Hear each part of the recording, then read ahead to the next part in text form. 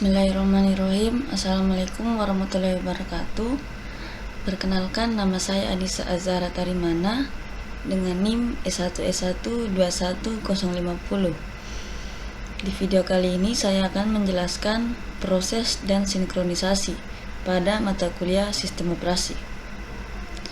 Langsung saja kita masuk ke materi yang pertama, yaitu konsep interaksi. Sinkronisasi diperlukan untuk menghindari terjadinya ketidakkonsistenan data akibat adanya akses data secara konkuren. Proses disebut konkuren jika proses itu ada dan berjalan pada waktu yang sama. Proses konkuren ini bisa bersifat independen atau bisa juga saling berinteraksi.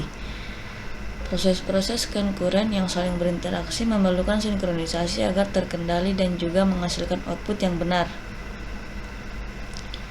Masuk di komunikasi antar proses, di mana terbagi menjadi dua. Yang pertama, sistem berbagi memori. Sistem berbagi memori atau yang disebut juga sebagai shared memory system, yaitu merupakan salah satu cara komunikasi antar proses dengan cara mengalokasikan suatu alamat memori untuk dipakai berkomunikasi antar proses. Lalu ada yang namanya sistem berkirim pesan, yaitu proses komunikasi antar bagian sistem untuk membagi variabel yang dibutuhkan. Proses ini menyediakan dua operasi, yaitu mengirim pesan dan menerima pesan. Lalu terdapat dua cara komunikasi, yaitu secara langsung dan tidak langsung. Kemudian sinkronisasi. Ketika dalam keadaan sinkron, terjadi dua kejadian, yaitu yang pertama blocking send, yaitu pemblokiran pengiriman sampai pesan sebelumnya diterima. Lalu kemudian blocking receive, yaitu pemblokiran penerima sampai terdapat pesan yang akan dikirim. Sedangkan untuk keadaan asinkron, yang terjadi adalah yang pertama non-blocking send, yaitu pengiriman dapat terus mengirim pesan tanpa mempedulikan apakah pesan sebelumnya sampai atau tidak. Lalu kemudian yang kedua non-blocking receive, yaitu penerima menerima semua pesan, baik berupa pesan yang valid ataupun pesan yang salah. Lalu kemudian remote producer call, yaitu adalah sebuah metode yang memungkinkan kita untuk mengakses sebuah prosedur yang berada di komputer lain. Untuk dapat melakukan ini, sebuah server harus menyediakan layanan remote procedure. Remote procedure call masih menggunakan cara primitif dalam pemrograman, yaitu menggunakan paradigma procedure programming. Hal itu membuat kita sulit ketika menyediakan banyak remote procedure. Remote procedure call menggunakan soket untuk berkomunikasi dengan proses lainnya. Pada sistem seperti Sun, RPC secara default sudah terinstall ke dalam sistemnya. Biasanya RPC ini digunakan untuk administrasi sistem. Lalu yang kemudian yaitu deadlock dan starvation. Gambar di samping merupakan gambar dari starvation. Untuk penjelasannya pada teks di bawah, yaitu deadlock adalah suatu kondisi di mana dua proses atau lebih saling menggunakan proses yang lain untuk melepaskan resource yang sedang dipakai. Sedangkan starvation yaitu adalah kondisi yang biasanya terjadi setelah deadlock. Proses yang kekurangan resource atau karena terjadi deadlock tidak akan pernah mendapat resource yang dibutuhkan sehingga mengalami starvation atau kelaparan. Kemudian masuk yang kedua, yaitu sinkronisasi. Pendahuluan. Sinkronisasi diperlukan untuk menghindari terjadinya ketidakkonsistenan data akibat adanya akses data secara konkuren. Proses-proses disebut konkuren jika proses-proses itu ada dan berjalan pada waktu yang sama. Proses konkuren ini bisa bersifat independen atau bisa juga saling berinteraksi. Proses-proses konkuren yang saling berinteraksi memerlukan sinkronisasi agar terkendali dan juga menghasilkan output yang benar.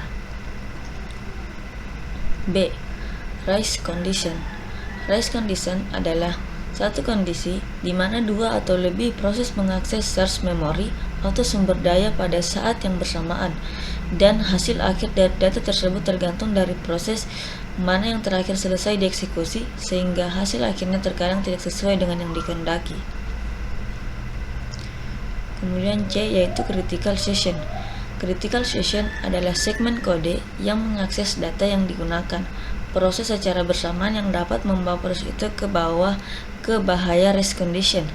Biasanya sebuah proses sibuk melakukan perhitungan internal dan hal-hal lainnya tanpa ada bahaya yang menuju ke race condition pada sebagian besar waktu.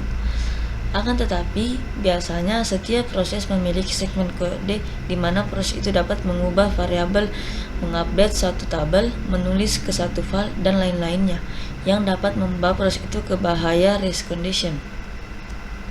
Lalu kita masuk ke yang ketiga, yaitu solusi critical session. Itu ada dua jenis solusi untuk memecahkan masalah critical session. Yang pertama, solusi perangkat lunak. Solusi ini menggunakan algoritma-algoritma untuk mengatasi masalah critical session. Yang kedua, solusi perangkat keras. Solusi ini tergantung pada beberapa instruksi mesin tertentu. Misalnya dengan menonaktifkan interupsi, mengunci suatu variabel tertentu, atau menggunakan instruksi level mesin seperti test dan set. Masuk di algoritma yang pertama, yaitu algoritma 1 mencoba mengatasi masalah critical session untuk proses. Algoritma ini menerapkan sistem bergilir kepada kedua proses yang ingin mengeksekusi critical session, sehingga kedua proses tersebut harus bergantian menggunakan critical session. Adapun contohnya seperti yang ada pada gambar di layar. Lalu masuk ke algoritma yang kedua. Algoritma yang kedua juga mencoba memecahkan masalah critical session untuk dua proses. Algoritma ini mengantisipasi masalah yang muncul pada algoritma 1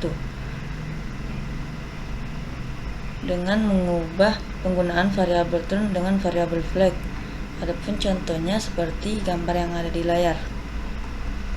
Kemudian masuk ke algoritma yang ketiga, yaitu algoritma 3 ditemukan oleh G.L. Peterson pada tahun 1981. Sebagai algoritma Peterson menemukan cara yang sederhana untuk mengatur proses agar memenuhi mutual session. Algoritma ini adalah solusi untuk memecahkan masalah critical session pada dua proses. Adapun contohnya seperti gambar yang tertera pada layar. Kemudian ada yang namanya algoritma tukang roti. Algoritma tukang roti adalah solusi untuk masalah critical session pada n buah proses. Algoritma ini juga dikenal sebagai Lampert's-Becker algorithm. Ide algoritma ini adalah dengan menggunakan prinsip penjadwalan seperti yang ada di tempat penjualan roti.